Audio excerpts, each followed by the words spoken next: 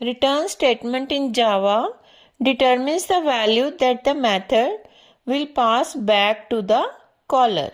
In Java, a return statement not only stops the execution of the method but also sends the specified value back to the method's caller. For example, in a method that calculates the sum of two integers, the return statement would look like this. In this example, the sum method takes two integer parameters, adds them together, and then uses the return statement to send the result back to the caller.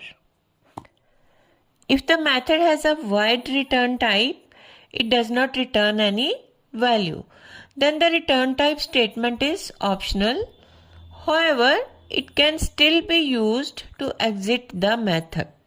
Here in this example, if the parameter is null, the method exits without printing anything.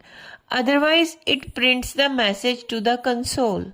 Understanding the return statement is fundamental for controlling flow of methods and ensuring that they provide the correct output to other parts of the program.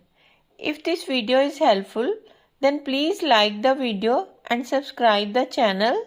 Thank you.